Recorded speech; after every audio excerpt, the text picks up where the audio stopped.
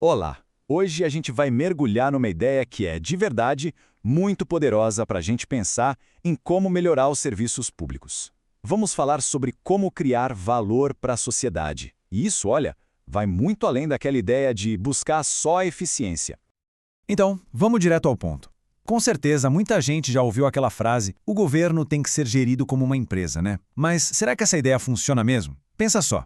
Se o único objetivo fosse o lucro, será que a gente teria coisas como parques públicos ou bibliotecas? Provavelmente não. E é aí que está o pulo do gato. A eficiência é importante, claro, mas ela não pode ser o único objetivo do serviço público. Para a gente entender essa ideia a fundo, nosso roteiro vai ser o seguinte: vamos começar com a crise de confiança, que meio que deu o pontapé inicial para essa discussão. Depois a gente entra no que é o tal do valor público, conhece uma ferramenta para colocar isso em prática, vê uns exemplos bem legais e no final a gente pensa um pouco sobre o futuro dos serviços. Beleza, vamos começar então. Primeiro, um pouco de contexto. Para entender por que a gente precisa de um novo jeito de pensar a gestão pública, temos que olhar para um problema que só vem crescendo: a queda de confiança das pessoas no governo. E olha, isso não é só uma impressão não. Vários estudos mostram que, por décadas, em muitas sociedades, as pessoas olham para o governo e questionam: será que eles conseguem mesmo cumprir o que prometem? Sabe?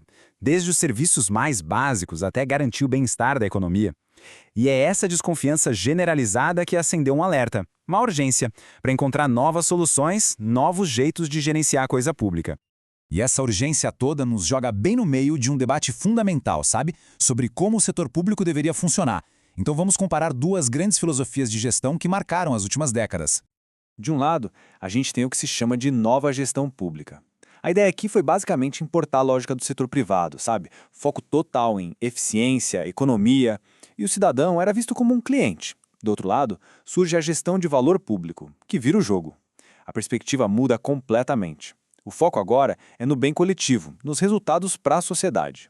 E o cidadão deixa de ser só um cliente para ser visto como dono, como coprodutor do serviço. E essa citação do Jerry Stoker resume isso de uma forma genial. O objetivo do governo é promover o bem comum maior e não unicamente melhorias de eficiência e eficácia. É isso. O lucro do setor público não se mede em dinheiro, mas em bem-estar para a sociedade.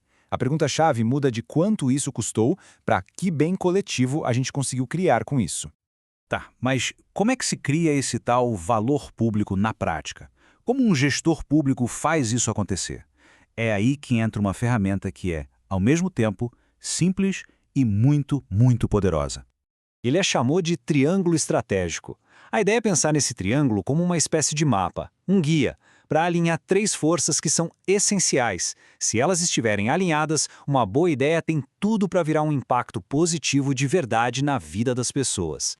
O primeiro ponto desse triângulo é o próprio valor público. É a missão, o porquê da coisa toda. E aqui o negócio é ser específico. Não adianta só falar: vamos melhorar a educação. O que isso significa na prática?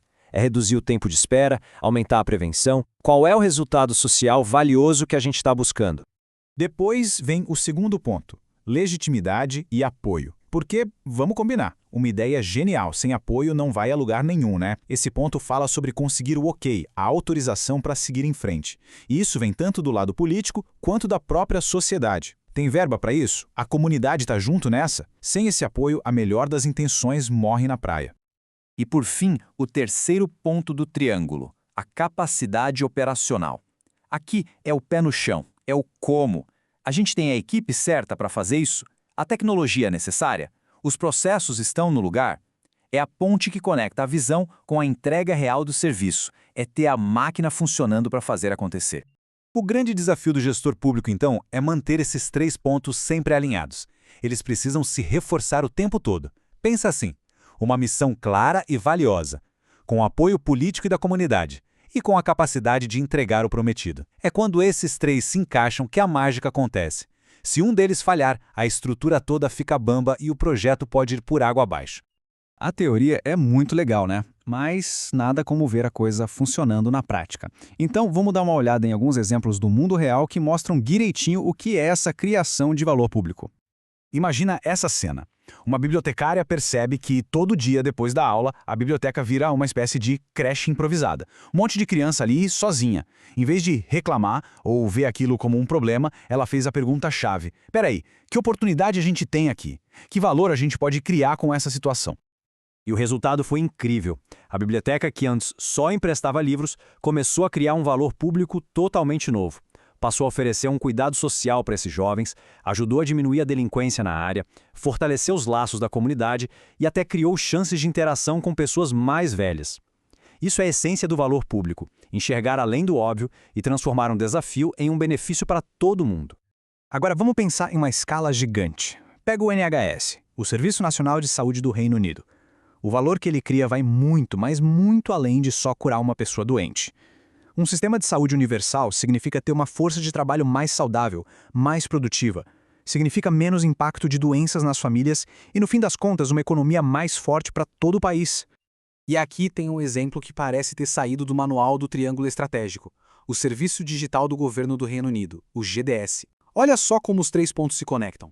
Primeiro, eles tinham uma missão de valor público super clara: criar serviços focados nas pessoas, nos usuários. Segundo, eles garantiram o apoio político e a verba para fazer isso acontecer. E terceiro, construíram a capacidade operacional, juntando designers e engenheiros em comunidades de prática. O alinhamento perfeito desses 3 pontos resultou numa transformação digital que é referência no mundo todo. Mas, claro, criar valor público não é um caminho fácil. Tem um ingrediente aí que é fundamental, e que, se faltar, a coisa toda pode desandar. Vamos dar uma olhada no que acontece quando a responsabilidade à prestação de contas falha. E para isso, a gente olha para um caso aqui do Brasil. Um estudo feito entre 2003 e 2005 analisou conselhos municipais e mostrou exatamente o que acontece quando aquele ponto do triângulo, o de legitimidade e apoio, simplesmente quebra. Esses conselhos deveriam ser a ponte entre a comunidade e o poder público, mas o que o estudo encontrou foi bem diferente. A lista de problemas era grande, olha só. Tinha membro do conselho que nem sabia qual era a sua função oficial. Tinha interferência política direta da prefeitura. Os conselhos não faziam o básico, que era chamar a comunidade para participar. Não tinha treinamento. O governo local escondia informação, enfim. Cada uma dessas falhas é uma rachadura naquele ponto de legitimidade e apoio. E com essa base quebrada, fica praticamente impossível criar qualquer valor público de verdade. Tudo isso nos leva a uma reflexão final sobre o futuro. Se a gente quer que a criação de valor público seja a regra e não a exceção, talvez a gente precise de uma nova postura, um novo perfil de servidor público com novas habilidades e, principalmente, uma nova mentalidade.